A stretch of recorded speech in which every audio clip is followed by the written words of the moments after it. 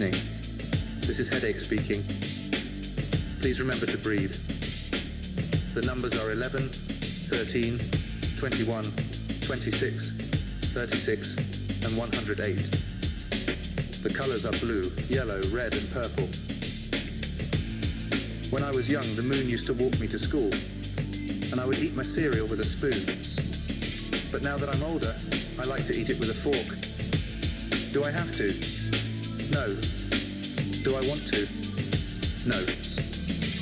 Sometimes life is just hard for no reason. Sometimes you need to feel the weight of something pointless on your shoulders. Listen to me. I know how cool it would be if Sunday lasted the whole damn week.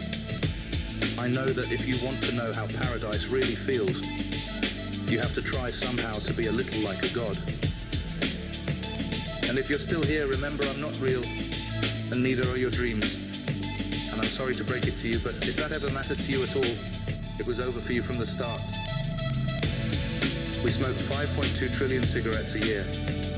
Are you honestly trying to tell me that we couldn't manage a few more? There are 100 trillion synapses in our brains, 30 trillion cells in our lovely bodies, and there are 400 billion stars in the Milky Way. There are mad different types of fruit which are somehow basically all delicious. There are different styles of insects, of flowers, of birds, of bees, of reptiles, of trees, of mountains, of mammals, of rivers, of deserts, of oceans, of jungles, of lakes, of glaciers, of geysers, of volcanoes, and so much more. Show them how to really. But quite amazingly, we have 34,000 distinct emotions, and I am currently experiencing one. Seeing someone at the moment. What about you? Neither the past, the present, or the future matter to me.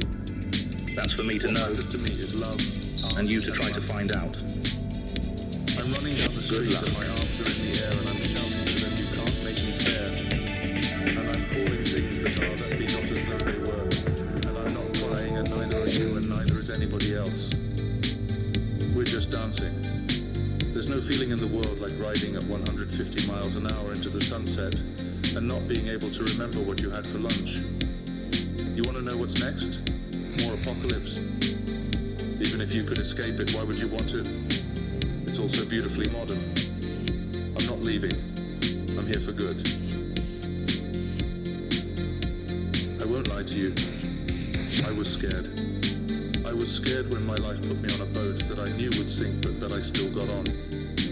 And while the whole setup was fantastic, and I was basically having the single greatest time of my young life, I still got the feeling, call it intuition, call it luck, call it whatever the word is for when you get heat stroke twice in a week and start speaking Sanskrit, that shipwreck, once it happened, would not be cinematic at all. It would not be heroic. I would not end up doing the great things that I can't remember now that I dreamt of doing when I was little. But I still knew, back there in the dark and peaceful cave where most of my important thoughts were living at the time, that I would end up, ironically enough, like that guy did in the movie, betrayed by his adored object, more naked than it's possible for a person to be and lost in the grey and frozen confusion of being left alone to die.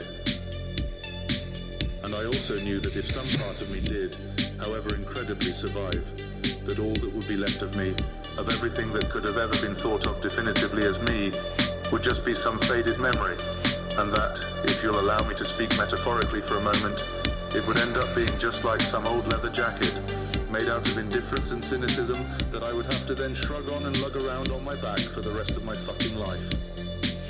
That's how I felt then, and I don't think now that I was wrong then either. I'll spare you all the gory details, but I will just say this. They gave the doctors that worked on me awards for exemplary performance in circumstances of extreme stress.